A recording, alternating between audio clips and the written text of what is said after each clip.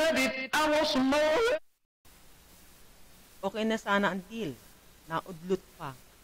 Ang nasabing merger ng ABS-CBN at Channel 5 ay mukhang mauudlot dahil nagsalita na si Dante Marcoleta na ang ginagawa ng ABS-CBN ay isang labag sa batas kaya po sila hindi nabigyan ng prangkisa.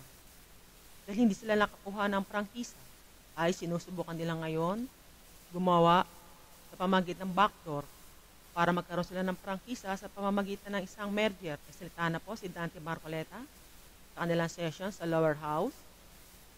Bago po natin niya mapakinggan, welcome po sa My Update TV. Inanyayahan po kayo mag-like, share at subscribe sa ating pong channel. Huwag pong kalimutan pindutin ng notification button upang lagi po kayo updated sa mga susunod pang mga video. Nakakabahala po itong merger ng Channel 5 at saka ng ABS-CBN. Ang makukuha po ng ABS-CBN ay 35%.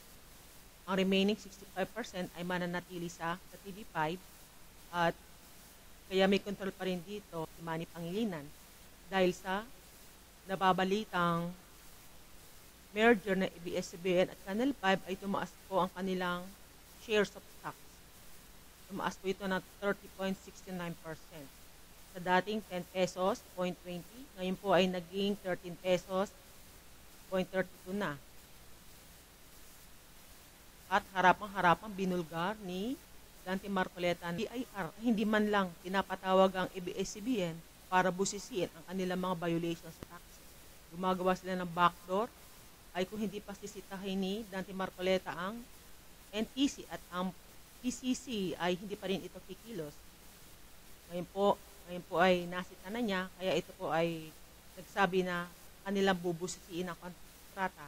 Ngayon po, hinaharang na po ito ni Dante Marcoleta. Tiyak, expected na natin ang shares of tax ng ABS-CBN, malamang bumagsak na naman po ito. Dahil ibinulgar na po ni Dante Marcoleta na ito po ay labag sa batas na ginagawa nilang medyo. Malamang madamay dito ang Channel 5. Malamang matanggalan dito ng prangkisa. Last week, the merger between ABS-CBN and TV5 was announced. I think it was met by public skepticism based on the initial requests of TV stations and radio stations requiring comment from this representation. Mr. Speaker, to be honest, I think the merger left a bad taste in the mouth. It leaves much to be desired.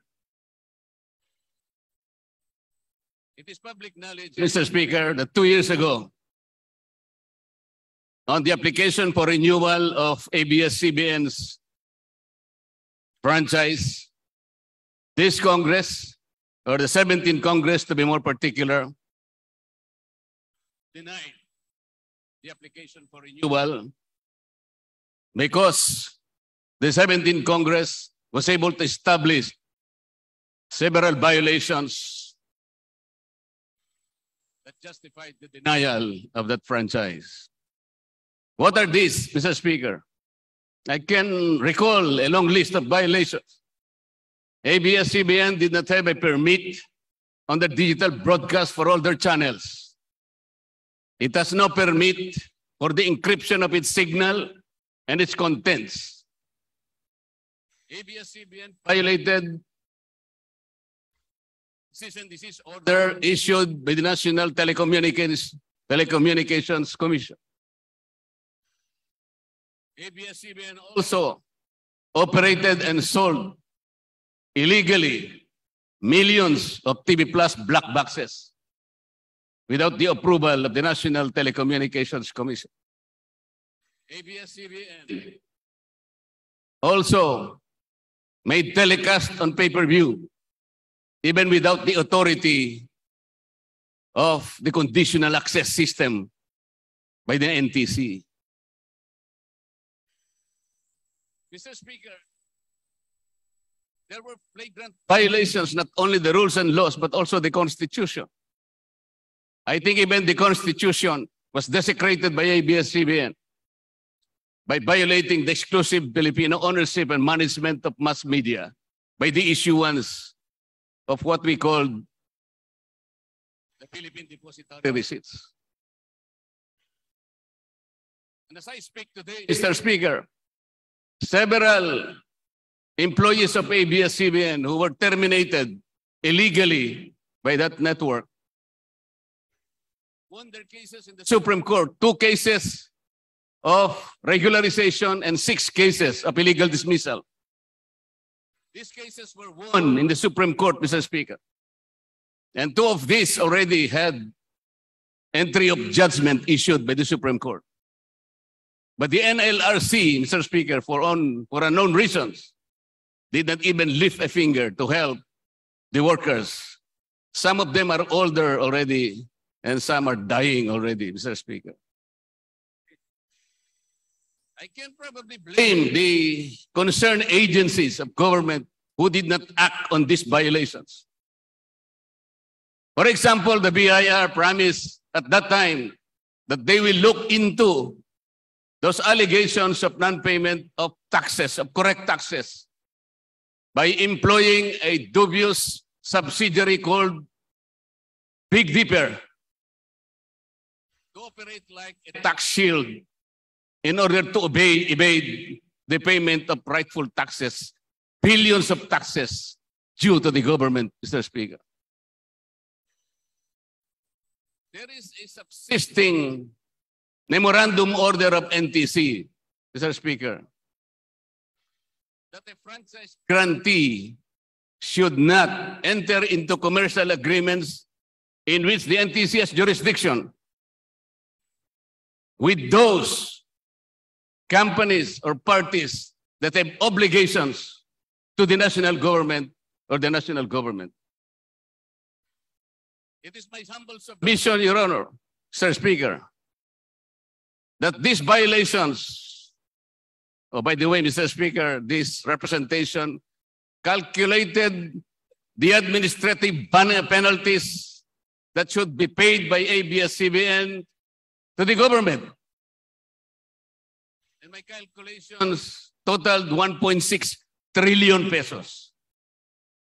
If this can be considered as obligations to the national government, then the NTC order, again, should be applied. Ang problema kasi, Mr. Speaker, this concerns agencies, NTC, the BIR, although it promised to look into the allegations of these tax evasion schemes, did not bother. They lacked the vigilance. They did not summon the agency or even the sense of duty required by the respective offices. And by every measure, Mr. Speaker, I think even TV5 has some obligations in this deal. With the substantial purchase, Mr. Speaker, of the outstanding stocks of ABS-CBN, I believe Section 10 of the franchise of TV5 was violated because the rights and obligations have virtually been transferred to ABS-CBN. Kung pwede ba, Mr. Speaker,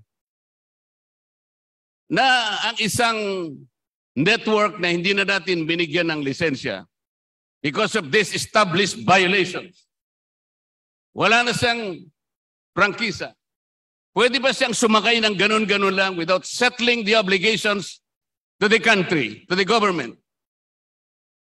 Is it possible that something that cannot be achieved or obtained directly can be obtained indirectly? I think this is a basic dictum in law, Mr. Speaker. We cannot do that. Section 10 of the franchise of TV5 also prohibits merger with other entities without prior approval of Congress. Wala pa po tayong approval. So I said,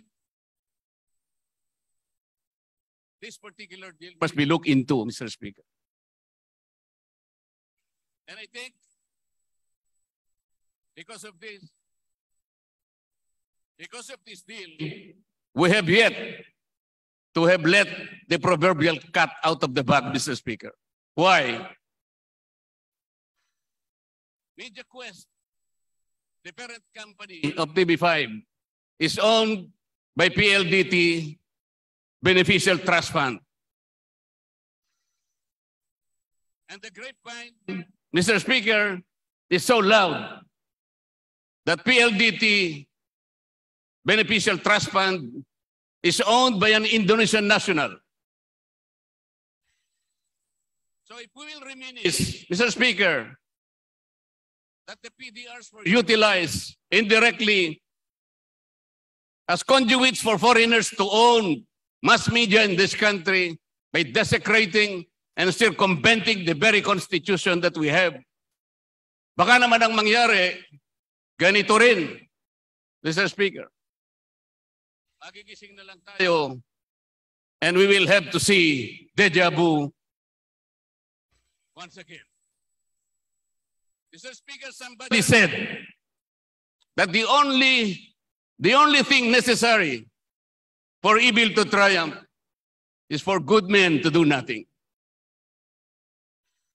I humbly seek the good men of this chamber, Mr. Speaker, to unite and rally behind a good cause and do something. I like it, I love it, I want some more. I like it, I love it, I want some more.